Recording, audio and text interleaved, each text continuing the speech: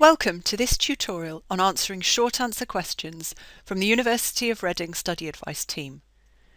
The tutorial is designed for you to go through at your own pace, and you can pause it at any time. So you have short answer questions in your exams. On the one hand, you may be thinking, great, at least I don't have to write whole essays for these kind of questions. But on the other hand, you might also be thinking, the challenge is I've got a lot of different small questions to cover, so I have to use my time well. Short answer questions test your application of knowledge to specific problems, and they often ask for explanations and examples to illustrate this.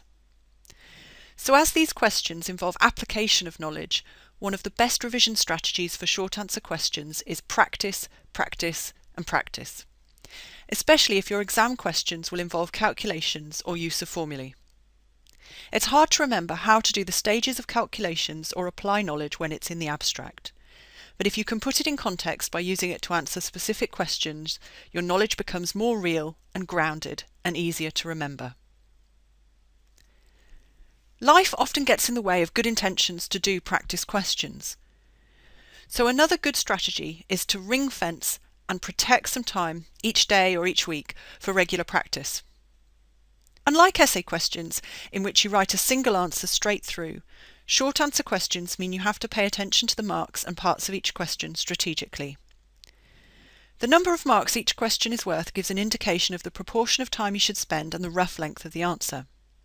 So this question worth 5 marks suggests the answer would be shorter and take less time than this worth 15 marks. Short answer questions also often come in parts and can build up, so later parts may ask you to explain or expand on the earlier answers.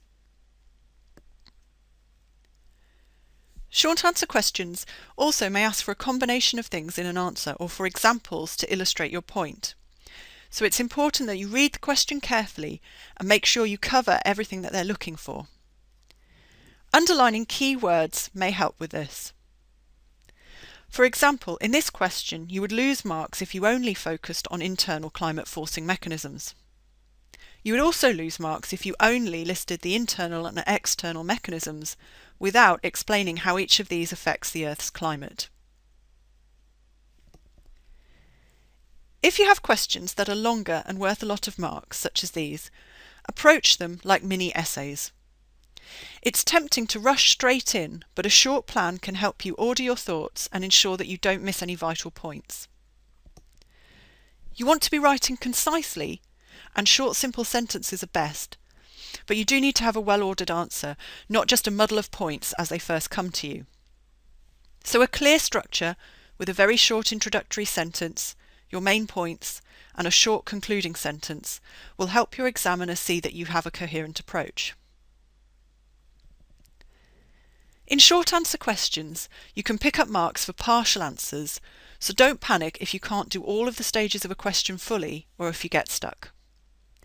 Do the parts that you can and show clear working out so the examiners can give you some credit for this even if you don't complete it or if you get the wrong answer in the end. In this example, even if you couldn't complete these 2 calculations, you could still use your knowledge of the principles of company expansions to pick up marks in this final, more essay-like section of the question. So stay calm, do what you can, and pick up marks as you go.